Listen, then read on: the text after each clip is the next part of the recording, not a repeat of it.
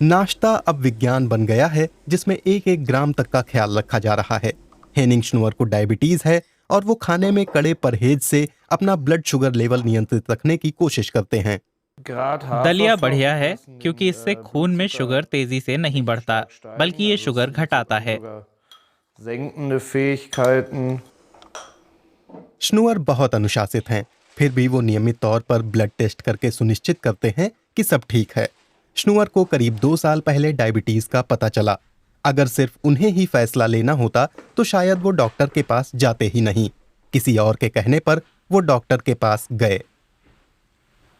मेरी पार्टनर अस्पताल में काम करती है। उसने देखा कि मुझे रात में बहुत प्यास लगती थी और मैं खूब पानी पीता था। उसने मुझे बताया कि ये टाइप 2 डायबिटीज का साफ लक्षण है।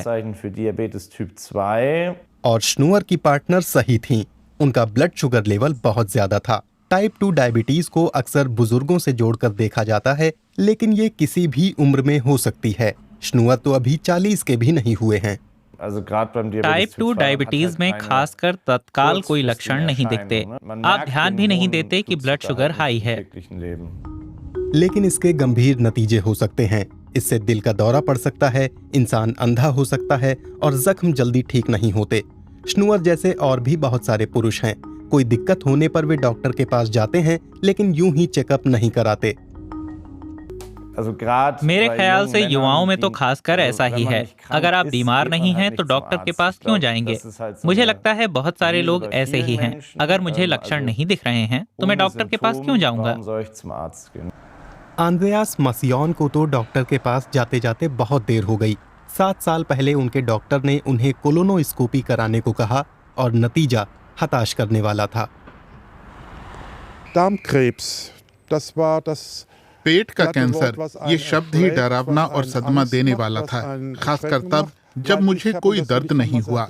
मैं डॉक्टर के पास इसलिए नहीं गया कि मुझे कोई अंदेशा हुआ था, मुझे कोई अंदाजा नहीं था।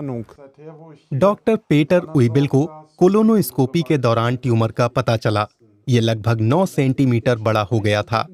मासियोन ने सर्जरी कराई जो सफल रही। अब वो स्वस्थ हैं। अगर 5 साल से कैंसर नहीं हुआ है, जो कि एक जादुई आंकड़ा माना जाता है, तो आप अपेक्षाकृत खतरे से बाहर हैं। सवाल ये है कि और पुरुषों को चेकअप कराने के लिए कैसे प्रेरित किया जा सकता है। मशहूर हस्तियां पेट के कैंसर का जल्द पता लगाने के लिए प्रमोशन कर सकती हैं। बहुत सारे ब्रोशर भी हैं, लेकिन ऐसे अभियान वास्तव में उतने सफल नहीं हैं। पुरुष चेकअप कराने से बचते हैं। जानकार कहते हैं कि हमें और पहले से शुरुआत करनी होगी।